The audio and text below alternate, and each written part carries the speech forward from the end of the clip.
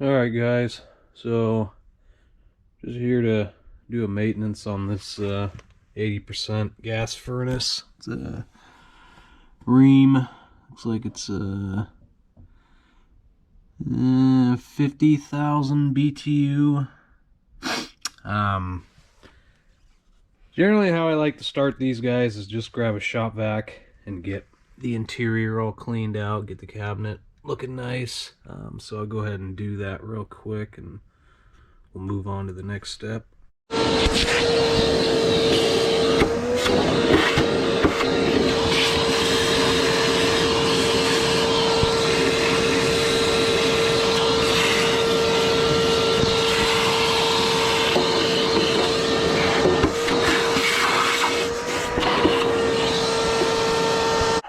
Just get the cabinet all cleaned out.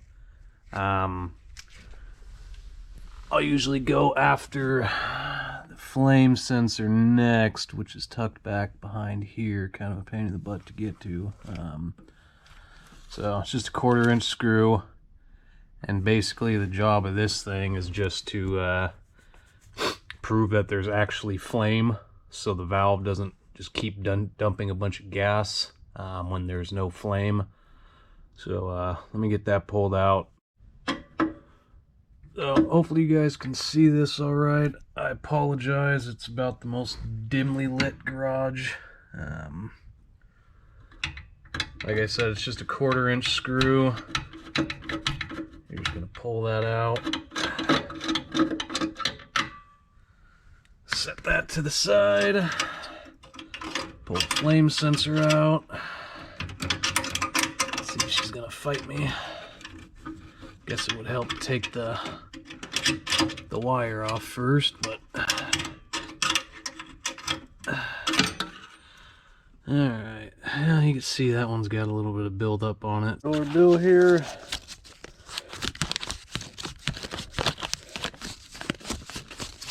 We'll use a piece of Scotch-Brite. You're just going to want to get all that carbon buildup up there. You're going to want to be careful when you put that back in. Can't really see it. This one's kind of a little tight in here, but you're going to want to make sure you actually get the rod back into the flame path.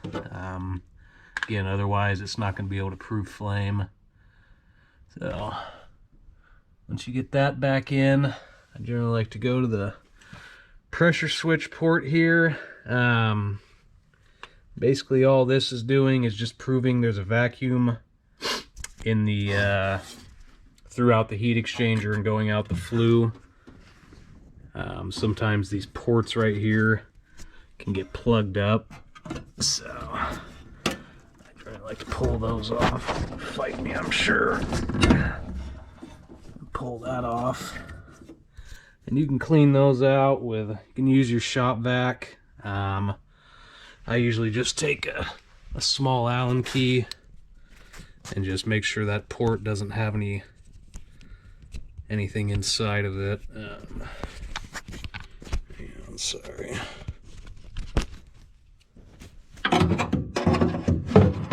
So I'll just take my Allen key and go ahead and clean out inside of there.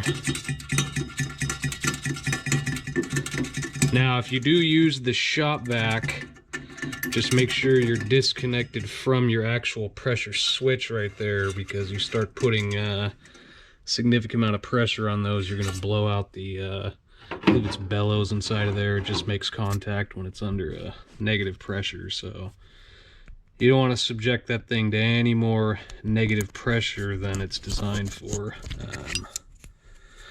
So once you get that cleaned out, you can also take this port off here and just make sure the whole tube itself is cleaned out. Just be careful, some of these plastic pieces are kind of flimsy. So you just got this little rubber tube that connects the inducer housing to the pressure switch port. I usually just blow them out. Do that, get those hooked back up. A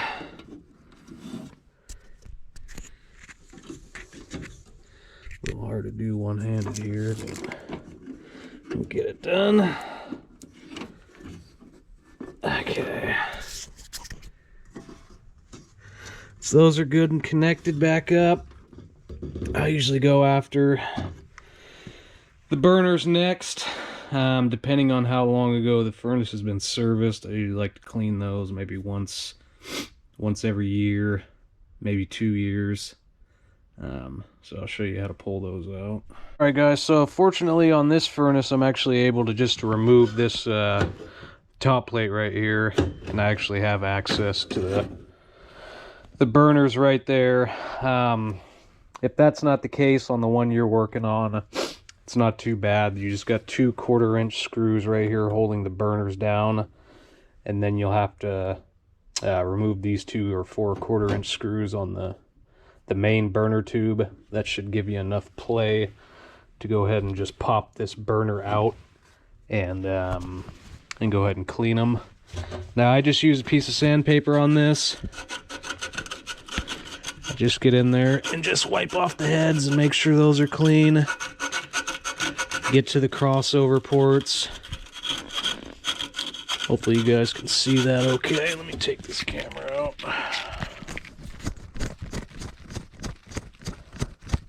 And this one I don't really have to be too careful because it's not a hot surface igniter. If you've got a hot surface igniter in your furnace, I'd be very careful about monkeying around in here, just because you hit one of those things, and if it's old and brittle, it's going to break. So just be mindful of that. I'll just get in here and just clean those out. There's that one.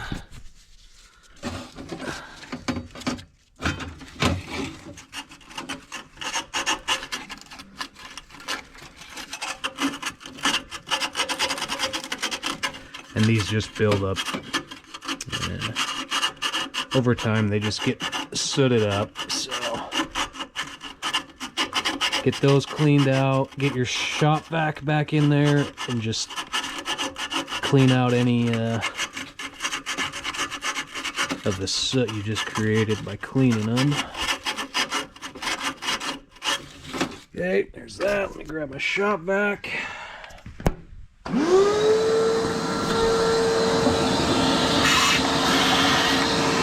Next thing I usually do is I'll just go ahead and make sure that all my power connections are tight here. Make sure my grounds are good and tight. It's usually just a wire nut connection in here.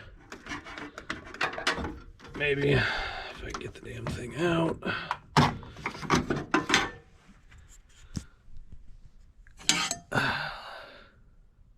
Looks like we're okay.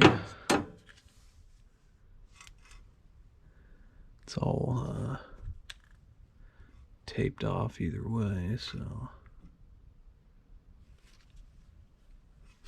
But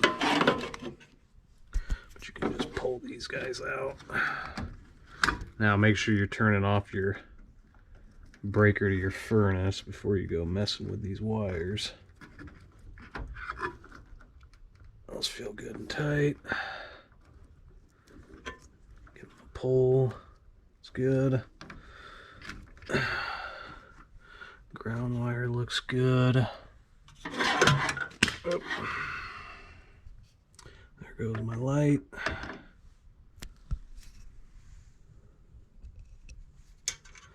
Yeah, I'll tell you what, I'm gonna have to find a better way to record these flipping videos, because this one-handed madness is proven to be a little harder than it looks. Alright, just make sure those connections are good and tight. And go in and tighten up all your thermostat connections. Let me put this for a second.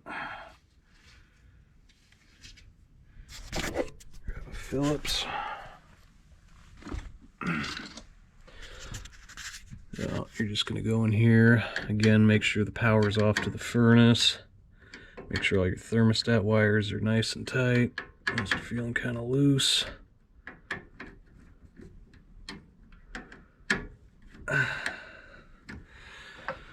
And go through all your little spade terminals here. Make sure those are good and tight. It's good. Those feel good. Molex plugs feel fine. pressure switch wiring. There's the inducer motor connectors there. Make sure those are tight. Limit. You got the gas valve here. And the homeowner actually replaces the filter. Looks like they're a little bit past due, but we'll let them know. And there's also another limit up here. Hopefully you guys can see that. Make sure that's good. All right, we're gonna go ahead and, looks like this thing was replaced, or excuse me, installed a couple years ago, so we don't know if they ever did a combustion test on it. I don't see any holes drilled in the B vent here, so we can only assume that it wasn't. However, we're not going to be able to run a full combustion analysis on a simple clean and check, but it looks like we got a screw missing right there too. So at least we'll go ahead and check the gas pressure and make sure that's within range. So let me get a few tools and I'll show you guys how to do that. And go ahead and check the gas pressure on this valve here. This particular, it's just a single stage valve. You do have an inlet port, which is right here, and that's for your inlet gas pressure. I don't suspect there's any problems with that. And then we've got our outlet pressure on this side here. So just go ahead and grab an Allen key. The manometer hooked up here. You can see it threads in right there. We're going to the positive side of the manometer there. We'll go ahead and zero that guy out. Try and hopefully it doesn't fall. 0.01, good enough for me. We got R and W1 jumped out here on the board. That way I don't have to walk over the thermostat. And just for any of you guys that don't know, on a single stage heat like this, one stage cooling, your low voltage terminals are going to be so R is going to be your hot, your 24 volts hot. Your Y terminal is going to be your cooling stage or compressor contactor. So one wire is going to run from the stat back to the board. The other wire is going to run from board out to one side of the contactor coil. Your G is going to be your indoor fan motor. W is going to be your first stage heat. And then you've got your C, which is your common, your 24 volts common. So one off the common side of the transformer, and then the other side, or the other wire is going to run to the other side of your compressor contactor. But we'll get more into that. I just wanted to get this video out there to kind of show you guys what I do on a simple clean and check. Hopefully I got everything put back together correctly. All the wires back on, flame sensor. Looks good there. Gas valve's on, so we're just going to go ahead and push in the door switch here. Inducer motor. I should close that pressure switch. And this one, like I was saying earlier, is direct spark. So we're not going to have a hot surface igniter. And like I said, we're looking for about 3.5 inches of water column on the outlet side.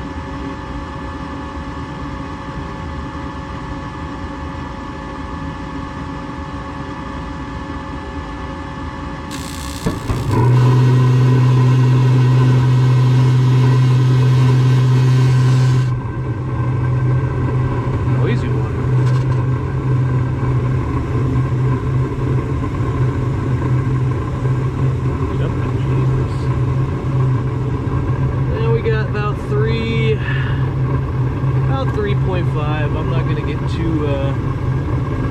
too worried about adjusting that. Blower just kicked on. We'll go ahead and shut the gas valve off here. Let that heat exchanger cool off. Swept thermostat here. Just going to go in and make sure all these connections are tight. There's W. It's okay. Be careful not to reef on these guys too hard. Good and tight. Final step here. I usually just go ahead and make sure I turn it on at the thermostat. Make sure I didn't mess anything up. Go ahead and check for carbon monoxide. I don't suspect there's any issues with that, seeing the thing's only a couple years old, but you just never know. Design temp rise I think was 40 to 60 or 25 to 60, somewhere in that range. We got about, I just fired it up a couple minutes ago, about 100-degree air coming out on the rise and about a 64-degree return. So there, and that will conclude it, guys. Just a simple clean and check. You know, I still got to go in and do motor amp draw, check the inducer, but again, this thing's only a couple years old, so I don't suspect any issues with the motor there. So anyway, thanks for watching, guys. Have a good day.